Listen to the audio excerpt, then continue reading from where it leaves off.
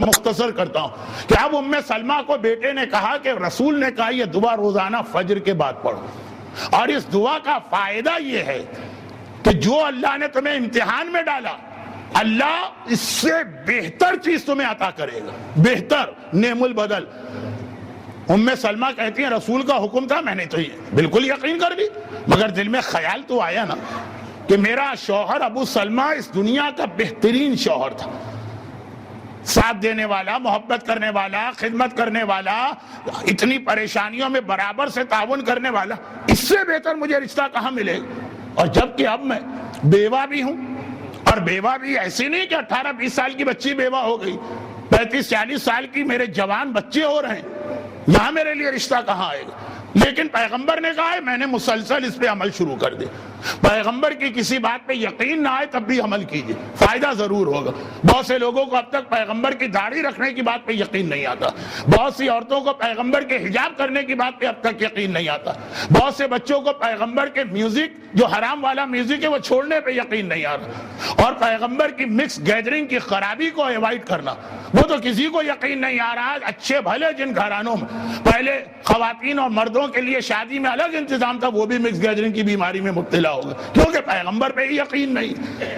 آج کی دنیا میں چلنا ہے تو پیغمبر جو فرماتے ہیں اس میں سے ہر چیز کی ایک برکت۔ وہ چور والا واقعہ یاد کریں، پیغمبر پہ بھروسہ کیا، کیسے اللہ نے راتوں رات اس کے حالات بدلے۔ وقت کہاں ہے، ابھی تو تمہید کی چوتھی بات شروع بھی نہیں ہوئی اور 55 منٹ ہو رہے ہیں، لیکن خیر میں بھی گھڑی نہیں دیکھتا، آپ بھی نہ دیکھیے۔ تو خلاصہ یہ ہے کہ ایک بار ام سلمہ کہتی ہیں کہ نہیں وسوسے تو آتے ہیں لیکن پیغمبر نے کہا بس فوراً اس پہ عمل شروع کر دیا، چاہے آپ کو یقین نہ آ رہا ہو لیکن پیغمبر کہیں بس عمل شروع کر دیا، پھر دیکھیے برکت۔ لیکن شیطان بار بار وسوسے پیدا کرتا ہے کہ آج کل مدینے کے حالات، اس کثیر تعداد میں احد کے نتیجے میں عورتیں بیوہ ہوئی، جو بچیاں جوان ہو رہی ہیں ان کے مناسب رشتے نہیں آ رہے، تم تو بڑھاپے کی جانب ہو ام سلمہ، جوان تمہاری اولادیں، مگر فرماتی ہیں کہ ٹھیک 4 مہینے اور 4 مہینے گزر کے 11واں دن تھا۔ بیوہ عورت کا عدہ جو ہے 4 مہینے 10 دن ہے اگر وہ پریگننٹ نہ ہو، اور اگر حاملہ ہو تو ابعد الاجلین جو مدت بات کی۔ خیر پیغمبر آتے ہیں اور آنے کے بعد کہتے ہیں کہ اے ام سلمہ میں خود اپنا رشتہ لے کے تیرے پاس آیا ہوں، کیا تم راضی ہو کہ تم مجھ سے شادی کرو، ام المومنین والمومنات قرار پاؤں؟ اب پورا واقعہ تو لمبا ہے، پہلے تو ام سلمہ کو یقین نہیں آیا، پھر ام سلمہ نے کچھ عذر پیش کیے، پھر پیغمبر نے جواب دیا، لیکن خلاصہ یہ کہ ام سلمہ کہتی ہیں کہ میں سوچ رہی تھی کہ میرے پہلے شوہر سے بہتر شوہر مجھے کہاں سے ملے گا، اور پیغمبر کہہ رہے کہ اس دعا کا فائدہ یہ نہیں کہ جو اللہ نے لیا وہ واپس کرتا، جو اللہ نے لے لیا اس سے بہتر ہمیشہ عطا کرتا ہے۔ جب میری پیغمبر سے شادی ہوئی تب میری سمجھ میں آیا کہ ہاں کائنات کا سب سے بہترین انسان، رحمت للعالمین، سید کائنات، سردار انبیاء، اس دعا کی وجہ سے وہ میرا شوہر بن رہا ہے۔ اس دعا کا اثر اور فائدہ اب میرے سامنے آ رہا ہے۔ درود بھیجے محمد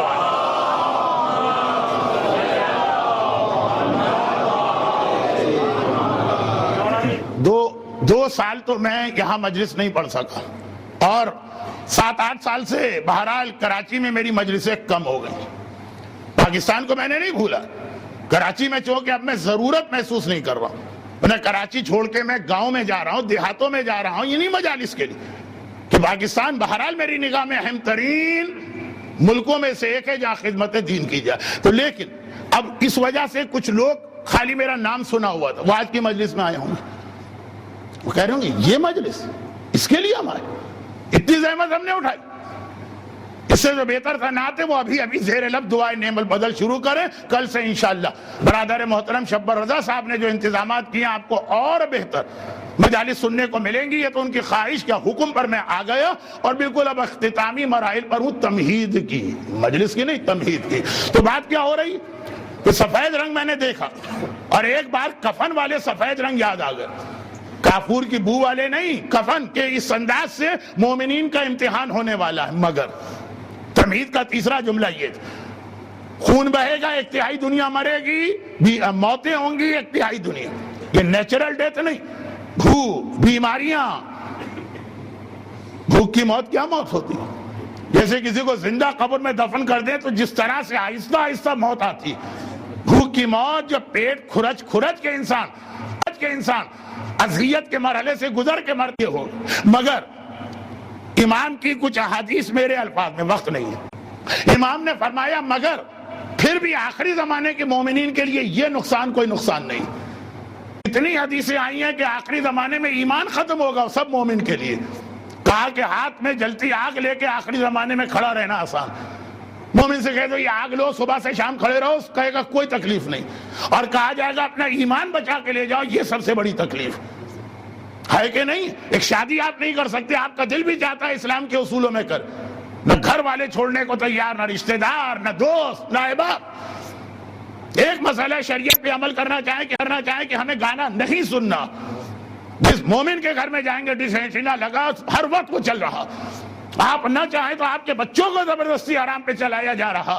دیکھیں یہی زمانہ ہے, ہاتھ میں آگ لے کے کھڑا رہنا آج آسان, مگر اپنے ایمان کو بچا کے لے جانا مشکل ہے. تو جب سفید رنگ مجھے نظر آ گیا, لیکن آپ حضرات کو سرخ رنگ, بھئی کہیں پہ شہادتیں ہو رہی ہیں, کہیں پہ بیماریاں ہیں, کہیں پہ بھوک. کہا یہ والے امتحان میں جو پڑے وہ گھبرائے نہیں, اس کو تو اتنا ہی ثواب مل رہا ہے. اس کے ساتھ جو تیسری آخری زمانے کی نشانی ایمان, ایمان اور ایمان جائے گا. اور یہ تیسری سے چوتھی چیز میرے ذہن میں آئی اور میری مجلس کا اصل حصہ شروع ہو رہا. چوتھی چیز کیا؟ اب یہ تیسری اور چوتھی چیز تو آپس بالکل ملیں گی, اور اگر آپ غور کریں تو دوسری چیز کا بھی اس سے تعلق. امام زمانہ کی مدد کے لیے کون ہوا میں اڑ کے جائے گا؟ امام زمانہ کی مدد کے لیے کون سمندروں میں تیر کے جائے گا؟ تیر کے نہیں, سمندر اسے اپنے کندھوں پہ اٹھا کے لے جائے گا. مدینۃ المعاجز کی ایک روایت ہے, مولائے کائنات جنگ صفین کے لیے عراق سے لشکر لے کے چل رہے ہیں. صاحبان ایمان تیاری کر رہے ہوں گے کہ جو کربلا نہ جا سکیں تو وہ شام جائیں گے اربعین کے لیے. لیکن یاد رکھیے گا کہ اصل اربعین کی مخصوصی کربلا کی, تو مجبوری کے اندر وہاں نہیں جا پا رہے تو شام جائیے. تو شام جانے والے رقہ آج کل ضرور جاتے ہیں اور وہاں جا کے میدان صفین کی زیارت کرتے ہیں.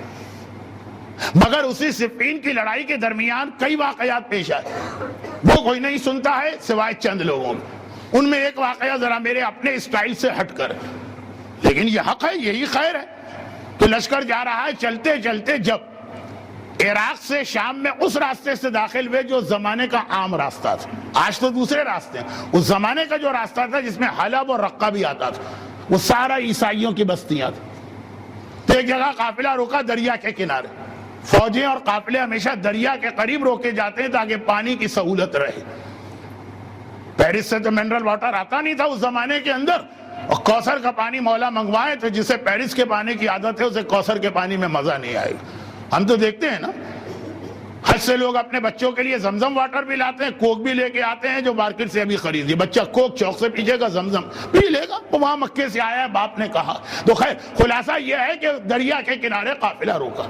یہ جنگل ہے ویرانہ, شہر سے اتنی بڑی فوج تو شہر کے باہر ہی روکی جائے. ہل چل, خیمے لگ رہے ہیں, کھانا پک رہا ہے, سواریاں بٹھائی جا رہی ہیں, گھوڑوں کو اور اونٹوں کو چارہ دیا جا رہا. قریب میں ایک راہب رہتا تھا. راہب کہتے ہی اسے ہے جو عبادت کے شوق اپنا خاندان, رشتہ دار, دوست, گھر سب چھوڑ کے جنگل میں آ جائے, یہاں کوئی ڈسٹرب نہیں کرتا.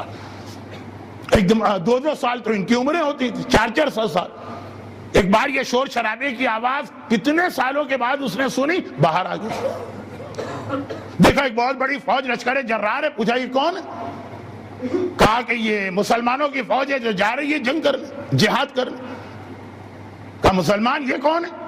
کہا وہ اللہ کا ایک آخری رسول آیا تھا اور اس نے اسلام, بہت مختصر. تو کہا لشکر خود رسول کر رہے ہیں؟ کہا نہیں, ان کا تو انتقال ہو گیا.